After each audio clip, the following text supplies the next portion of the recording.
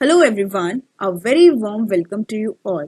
In this video, we will be discussing about the proxies, that is section 105 of Companies Act 2013.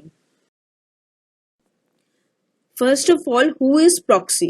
तो कोई भी person जो खुद से मीटिंग को अटेंड नहीं कर पा रहा है, वो अपने बिहाफ पे किसी दूसरे पर्सन को मीटिंग अटेंड करने के लिए भेजता है। तो जो पर्सन मीटिंग अटेंड करता है on behalf of any member, वो कहलाता है प्रॉक्सी। प्रॉक्सी कौन अपॉइंट कर सकता है? Any member of the company, कोई भी मेंबर हो, लेकिन उसके पास दो राइट होने चाहिए, right to attend the meeting and right to vote at that meeting. तो उस मेंबर के पास राइट टू अटेंड भी होगी, वो मीटिंग को अटेंड करेगा, और उसके बाद वो उसके पास वोटिंग का भी राइट हो, वही पर्सन प्रॉक्सी अपॉइंट कर सकता है। प्रोवाइडेड दैट जो प्रॉक्सी जाएगा उसके पास राइट टू स्पीक नहीं है मीटिंग में, वो सिर्फ वोटिंग करने के लिए जाता है और वो सिर्फ वोट करेगा except on a poll, means वो सिर्फ पोलिंग पे वोटिंग कर सकता है। शो ऑफ हैंड्स के थ्रू अगर वोटिंग हो रही है तो वो उस वोटिंग में पार्टिसिपेट नहीं कर सकता। पोस्टल बैलेट के थ्रू अगर वोटिंग हुई है तो पोस्टल बैलेट तो मेंबर्स के घर पे पहुंचता है और वो उसके थ्रू वोटिंग करते हैं, तो उसमें भी प्रॉक्सी पार्टिसिपेट नहीं कर सकते हैं।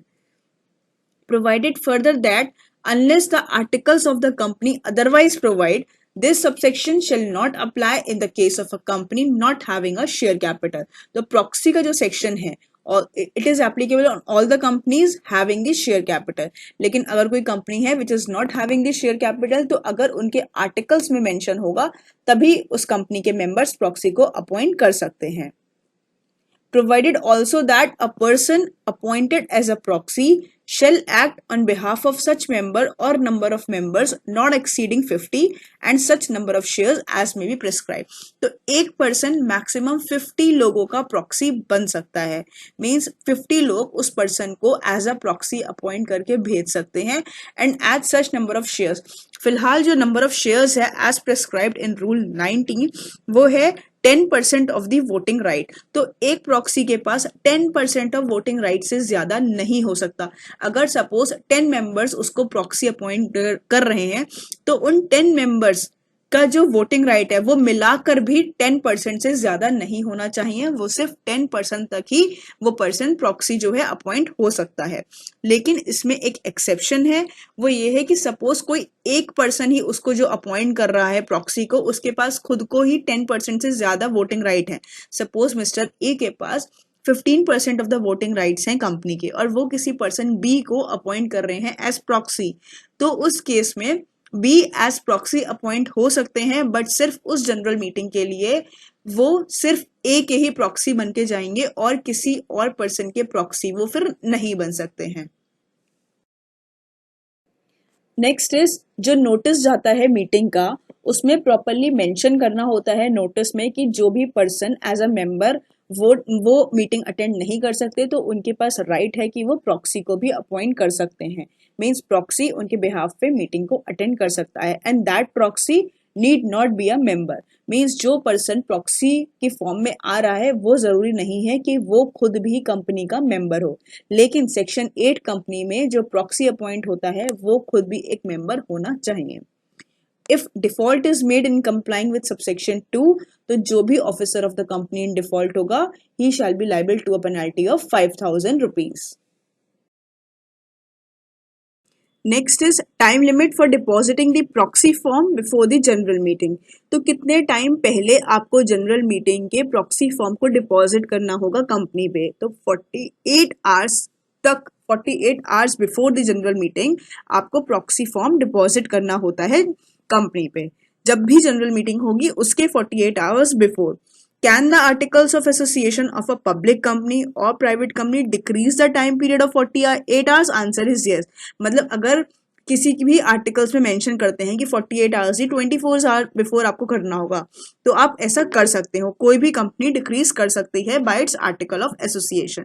लेकिन कोई भी क्या कंपनी लॉन्गर पीरियड मेंशन कर सकती है, लाइक 48 आवर्स की जगह आपने 72 आवर्स मेंशन कर दिए हैं अपने आर्टिकल्स में, तो अगर कोई भी कंपनी अपने आर्टिकल्स में 48 आवर्स से ज्यादा कुछ भी लिख देती है तो it will be deemed as 48 hours only, मतलब 48 आवर्स ही माना जाएगा अगर 48 आवर्स से ज्यादा मेंशन करते हो। So articles of association of a company can not increase the time period of 48 hours, लेकिन प्राइवेट कंपनीज इंक्रीज कर सकती हैं as per the MCA notification dated 5 June 2015।